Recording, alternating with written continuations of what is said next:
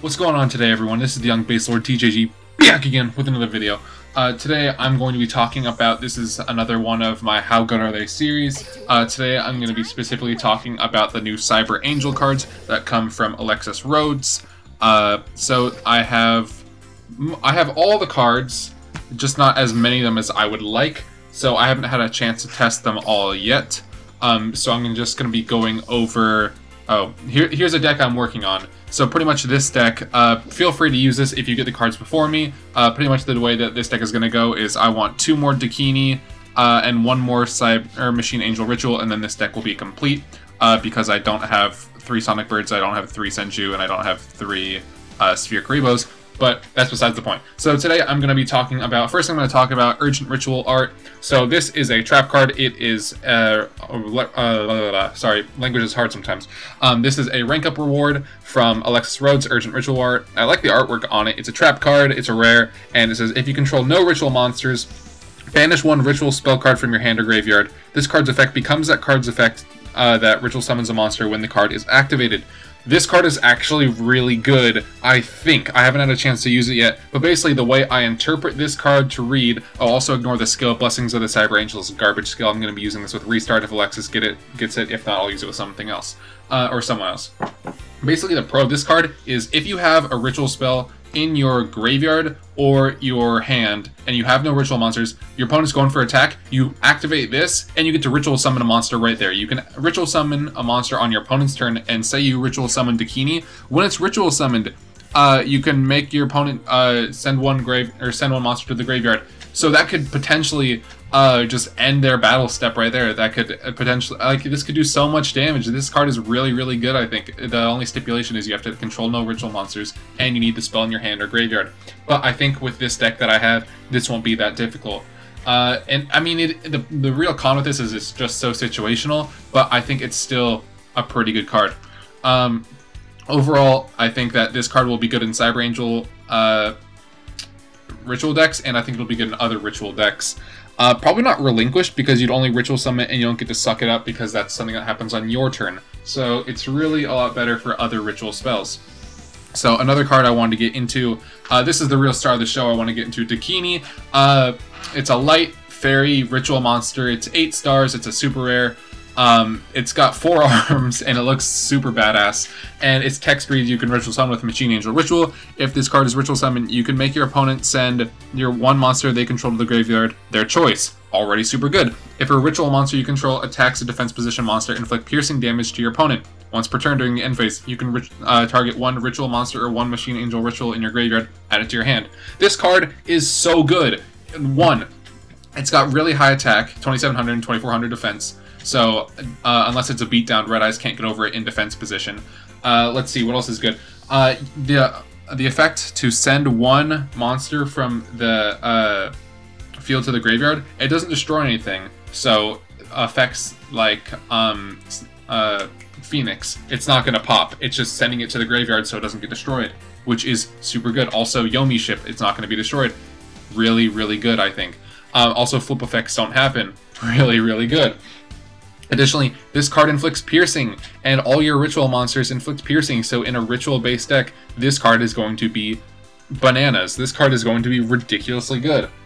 Additionally, at the end of your turn, you get to add 1 ritual monster or Machine Angel Ritual in your graveyard to your hand. That is great, because say you have 2 Dakinis, you ritual summon 1 by spending the other one at the end of your turn, you get back the first one, or you can get back the spell card.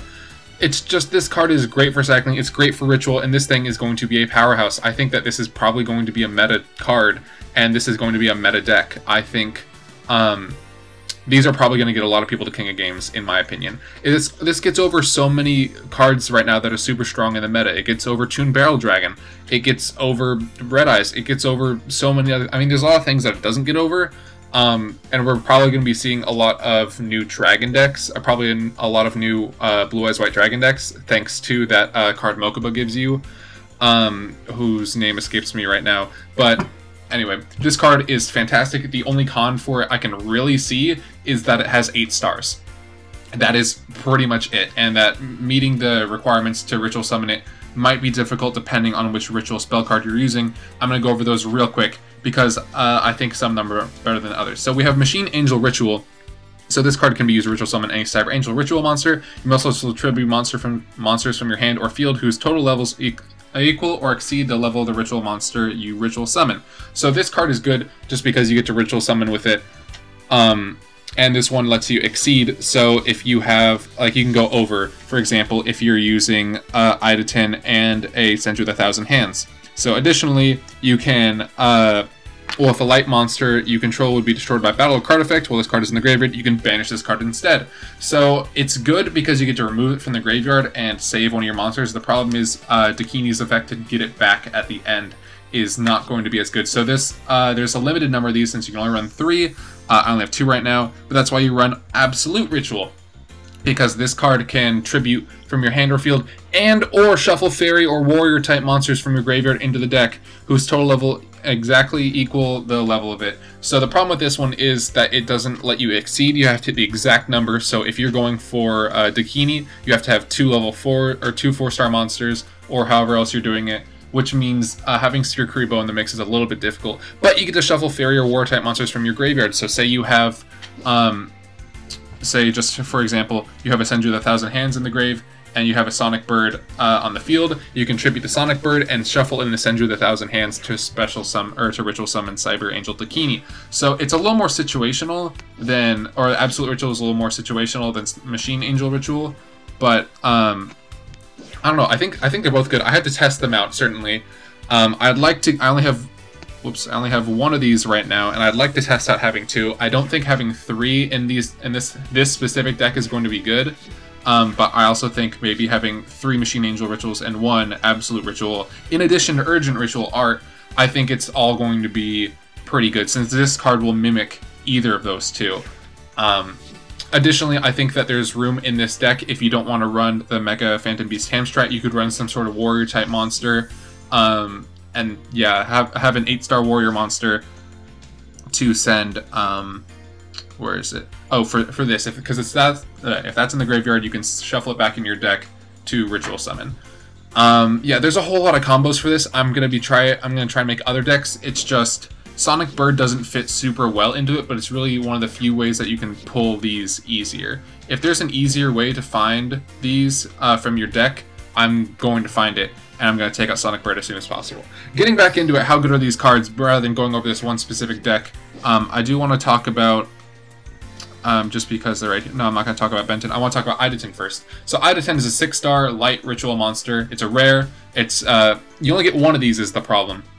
So you can ritual summon this card with the Machine Angel Ritual. If this card is ritual summoned, you can add 1 ritual spell card from your deck or graveyard to your hand. Already good. If this card is tributed, you can make all ritual monsters you control gain 1,000 attack and defense. This card is really good as well. Not for offense because of that low 1,600 attack and relatively low 2,000 defense, but it's good for utility because when it is ritual summoned, you have to add another ritual spell card from your deck or graveyard to your hand. So you can ritual summon this thing, use the exact same ritual spell card you used before, and then play another one on the field. So you can ritual twice, cycle this thing through, although you don't really have to. Or say you ritual summon this, you pull a different ritual spell from your graveyard or from your deck or something, and then you ritual summon your Dakini, and then you go in because it'll be at 3,700 then. So this card has a lot of opportunities. They're just not very offensive opportunities. You can play this thing in defense, of course. Oops. Please ignore that. You can ritual summon this thing into defense position, which is probably one of the things that you're going to want to do, since this is not a card that you're going to use for attack. Another good thing with this is, though, if you are running it in a non-restart deck, because it's 6 stars, this is a beatdown monster. So, yeah, if you want to run beatdown with your ritual monsters, it's certainly an option. I haven't given it too much thought, because I think the deck might brick a little bit, but I think it could have some options. All these cards actually will give you, they have low attack, but they will give you that beatdown. That's all I have to say. Oh, other than, it really shouldn't be 6 stars, I think, for what it's worth, because you're going to have to give up so much. In this deck specifically, it's hard to find ways to fit in 6, when if it was 4, it'd be so much easier, but that's why we're only running 1, and you really only need 1. The last one I'm going over is something I don't really think is that good, but I think has some potential in certain decks. So we're going over Cyber Angel Benton, another 6-star ritual rare monster. It's a light. You get as many of these as you want because it's a farm from Alexis Rhodes. And its text says you can ritual summon. If this card destroys a monster out of battle and sends it to the graveyard, inflict damage to your opponent equal to that monster's original defense in the graveyard. If this card is tributed, you can add 1 light fairy type monster from your deck to your hand. So its effect is okay in that you destroy a monster, you inflict damage equal to the original defense. The problem is there's a lot of monsters out there, specifically like Gazuki, specifically like Heavy Knight of Flame, specifically like pretty much all the 4-star beaters right now. They all have really low defense. So this isn't really going to be doing much in terms of damage to your opponent, especially since it only has 1800 attack for a 6-star monster. Additionally, you can send 1 light fairy type monster from your deck to your hand. That's good if you want to get a Senju, but I mean, this card is good to be tributed, but not much else. I don't see it as having much play on the field. You could really tribute this from your hand, and that's pretty much it. Otherwise, I don't think it's worth having any of these in your deck. So it's good for cycling in a Senju, but if you're going to run any of these, I'd probably only run 1. But that depends on the deck, of course. If there's some other way to get around that, there might be a better... I don't know. There's probably some better way that I'm not thinking of to use this, but at the moment, I don't know what that would be. So, in my opinion, I think the card you should absolutely get 3 of is Dakini. You're really only going to need 1 Ida 10, and you don't really have to care about Benton, but get 3 anyway, because who knows, the future might change. So yeah, let me know what you think of this video. Let me know what you think of all the Cyber Angels. I'm going to try and get out a video as soon as possible, using all of them. This deck is probably going to change up before then, since I'm thinking about taking out the Super Rush Headlongs and trying to put something else in, maybe some more monsters. I don't know. I'm going to figure it all out. So I will see you guys all in the next one. I hope you enjoy. Be sure to like, comment, share, subscribe, etc. Yeah, and really, I hope you enjoy. Thanks for watching.